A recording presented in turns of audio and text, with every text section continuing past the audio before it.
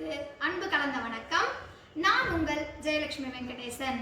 இன்றைய தகவலில் இன்று ஒரு சலவை தொழிலாளி ஒரு கழுதை ஒன்று வளர்த்தாரு.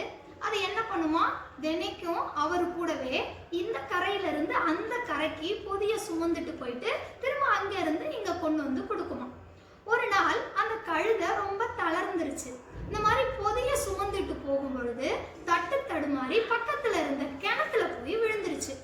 அவர் என்ன நினைச்சாரு, இந்த கழுதை ரொம்ப தளர்ந்துருச்சு, இது இனிமே நமக்கு தேவையில்லை, நம்ம வீட்டுல இருக்கிறவங்க எல்லாரையும் கூட்டிட்டு வந்து மண்ணை போட்டு இந்த கழுதையை அப்படியே மூடிடலாம் அப்படின்னு நினைச்சிட்டு அதே போலவே கூட்டிட்டு வந்து மண்ணை போட்டு மூடுறாரு. அந்த கழுதை புத்திசாலி கழுதை. அது என்ன செஞ்சுச்சு, தான் மேல பட்ட அந்த மண்ணை எல்லாத்தையும் தட்டி விட்டுட்டு மேலே ஏறி கிணத்துக்கு மேல வந்துருச்சு.